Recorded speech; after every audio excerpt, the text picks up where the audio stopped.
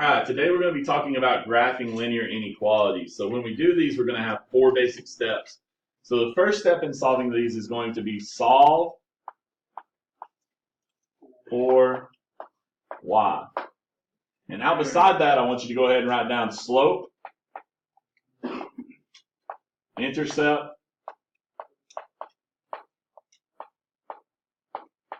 form. That's also known as y equals mx plus b. So solve for y and slope-intercept form. So with a problem like this, we're looking to solve for y. In other words, we're wanting to move everything on the other side and get it equal to y. Now I want you to put a star beside this because sometimes that step will be used, other times it will not be used. Depends on what type of problem we're working with. So that's going to be our step 1. Step 2 is going to be graph the line. Graph the line. So with our second step, we want to do what we did yesterday, and we want to actually graph the line on our x and y axis, on our coordinate plane. So we're just going to graph the line. Now we're not going to draw the line yet. We're just going to write it out, graph it out, and put our points. So that's step 2. Step 3 is going to be decide if it's a solid line. So we're going to write solid or dotted or dashed. Let's write dashed line. And put a question mark because we got to decide between those two. Is this going to be a solid line or is it going to be a dashed line? That's the question we have to ask ourselves. Okay, we can't just jump in and say every line is going to be a solid line because solid line and dashed line means 2 different things. So when we write that out, keep that in mind. That's the third question you have to ask yourself, or the third thing you have to decide. The fourth thing and the final thing you have to decide is, am I going to shade above? So shade above or shade below.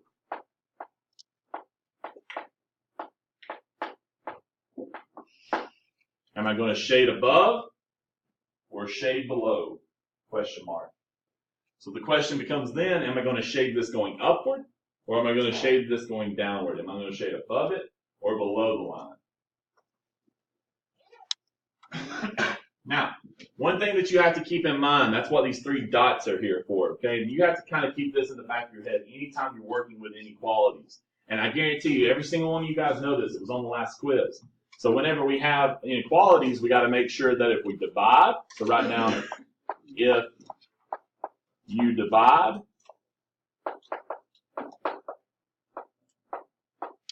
or multiply by a negative number, comma, you flip the sign. When you multiply or divide, or when you divide or multiply by a negative number, you flip the sign. So we're going to take whatever sign we have and we're going to flip it, okay? If it's less than, we're going to flip it into greater than. If it's greater than, we're going to flip it to less than. And that's only if we divide by a negative number or if we multiply by a negative number. And we've talked about that before when we solved inequalities. Anytime you multiply or divide by a negative number, you have to flip the sign. All right, so with that being said, we've got a few things we got to fill in over here on the left-hand side. So we're going to fill in solid line, dashed line, and then above and below. So anytime that we have a solid line, okay, anytime that we have a solid line, we're looking for when it is less than or equal to or greater than or equal to. The key here is that the line is solid if it's equal to on our inequality, because that's saying that the line can be equal to that amount. If it's a dashed line or a dotted line, we're going to have less than or greater than. The dashed line kind of represents, kind of like what we talked about a little while ago when we were graphing on the number line, and we said that it was an open circle or a closed circle. Same concept. The closed circle or the closed line here is going to be whenever we have values that are equal to, And the dotted line or dashed line or open circle is going to be whenever we have values that are not equal to. Okay? So that just tells us that we can use the values on the line or we cannot use the values on the line, depending on what type of line it is. The shade above or shade below. Shading above means that it's going to be greater than or equal to. Because whenever something's greater, we always shade above. And when we shade below, it's when it's less than or equal to. So make sure when you shade or fill these in, you have them filled in the correct way. And if you have any questions, pause the video and write those down. All right, so going back to our problem here, this is going to be our next little space down there. Once you've got all that information written down, we want to look at that problem. So where it says in the box, example, and then it says graph 2x minus 3y is less than 12. We want to solve this question. First, we want to start with our first step. Okay. First step said to do what? What's our first step say to do? Solve for y. So to solve for y, we've got to get this y by itself. So how do I get y by itself here? What do I have to do with 2x? Subtract. All right, so I'm going to subtract 2x. My 2x's are going to cancel out. That's going to leave me negative 3. Y is less than. Now when I rewrite this, I'm going to write it with the x first and then the numbers. So I'm going to write negative 2x. And then since this is a positive 12, I'm going to write plus 12. All right, so next thing I'm going to do to get this y by itself, I've got multiplication here. So what's the inverse for multiplication? Division. So I'm going to divide both sides by negative 3. The negative 3's cancel out. Uh-oh, I divided by a negative. So what happens when I divide by a negative? You make it positive. I flip the sign. So I'm going to flip my sign. Now, negative divided by negative makes that what? Positive. So I'm going to make it 2/3 x. And then 12 divided by negative 3 gives me negative 4. So what I've done here is I basically created a new equation that's in slope-intercept form. And I can work with this to graph the line in my second step. So, like I said, second step now says to do what? Graph the line. Graph the line. So I'm going to graph my line. So the first thing I'm going to do is I'm going to identify my y-intercept. So here I've got my y-intercept is negative 4. Okay, so that's going to be the y-intercept. And then I've got in this box my slope, which is 2/3. So that's going to be my slope. So I have my y-intercept and my slope. Now this goes back to what we talked about yesterday. We're just going to graph this line using this information. So here we have negative 4. So that means that we're going to start at 0, 0, and we're going to go down 1, 2, 3, 4. And we're going to put a big dot there on negative 4. And then our slope tells us to go to up 2. So this is going to be a positive 2, which means up 2. And this is a positive 3, which means go right 3. So we're going to go up 1, 2, and then we're going to go to the right 1, 2, 3. Then we're going to go one more time. Up 2, and to the right 1, 2, 3. Now, we can also do negative and negative because negative divided by negative is what? Positive. So this could be a negative 2 and a negative 3. So if it was negative 2 and negative 3, that would be down 2, so down 1, 2. Left. And then we would go to the left 1, 2, 3. So we can actually follow it both ways. Now when I do this, I like to graph my line all the way across my page. So make sure when you do this, you put your line all the way across the page so that you don't make any mistakes with that. All right, so the next thing I'm going to do is I'm going to determine, is this a solid line or a dotted line? So when I look at my sign over here, we come back over here and look at this sign. Is that sign going to be, first off, it's a greater than sign, so is it going to be a solid line or a dotted line here? A solid line. Is it a solid line? Yes. You sure? Yes. Does it say equal to? No. No, so if it doesn't say equal to, then it has to be a what line? Solid. Other one. Dash. Okay? I want it to be a dash line. So I'm going to put like a dotted or dash line up and down through here, okay? So this is going to be a dotted line going all the way up and all the way across.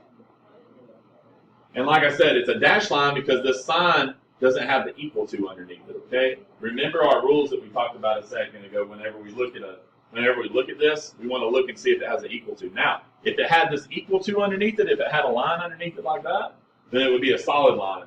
But if it's like this, then we understand that to be a dotted line. All right, so this says that y is greater than. So next step is to shade above or below. So when we look at this, does it say y is greater than or y is less than? It says y is greater than. So if y is greater than, is that above or is it below?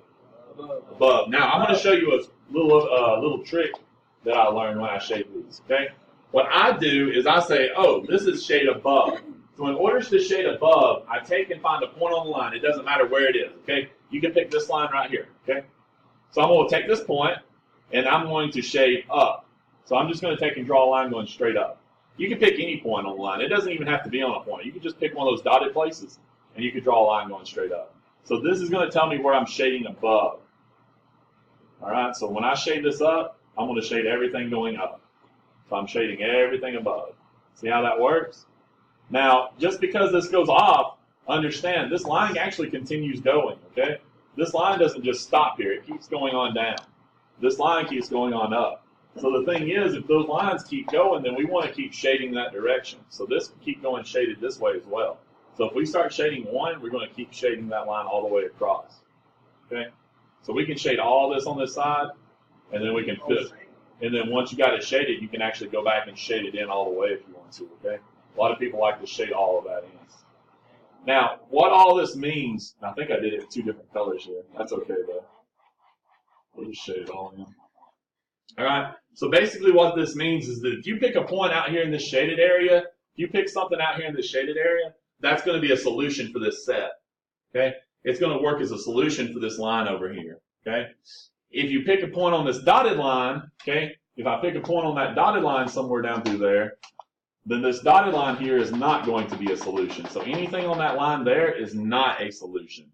And then, of course, anything over here in this shaded area, or this non-shaded area, which is over here, that's not a solution either because it's not shaded. So we're looking for everything that is shaded in order to be a solution. Now, understand here, if this had been equal to, say this had been solid and it had been equal to, then if we have a solid line here, does that now make this solutions for this line? If it's a solid line? Can it be equal to the line here? Yes. So if it's a solid line, then it makes it equal to. But it has to be a solid line in order for it to be solutions and it be equal to. If it's just a greater than or less than sign like this right here, then we would say that it's a dotted line, and therefore that can't be solutions. So depending on the type of line you have, tells you if you have a solution or not. All right, any questions on that? All right, so what I want you to do, we're going to look at one more example, okay? If you haven't written this, or if you haven't got all this down, go ahead and pause the video and write it down. We'll look at one more example. All right, so our next example is if we have just a plain line like this. Now, what this is saying is that I have x is -3. So what I want to do with this problem is I want to go x is -3. So I'm going to go 1, 2, 3 to the left and put a point.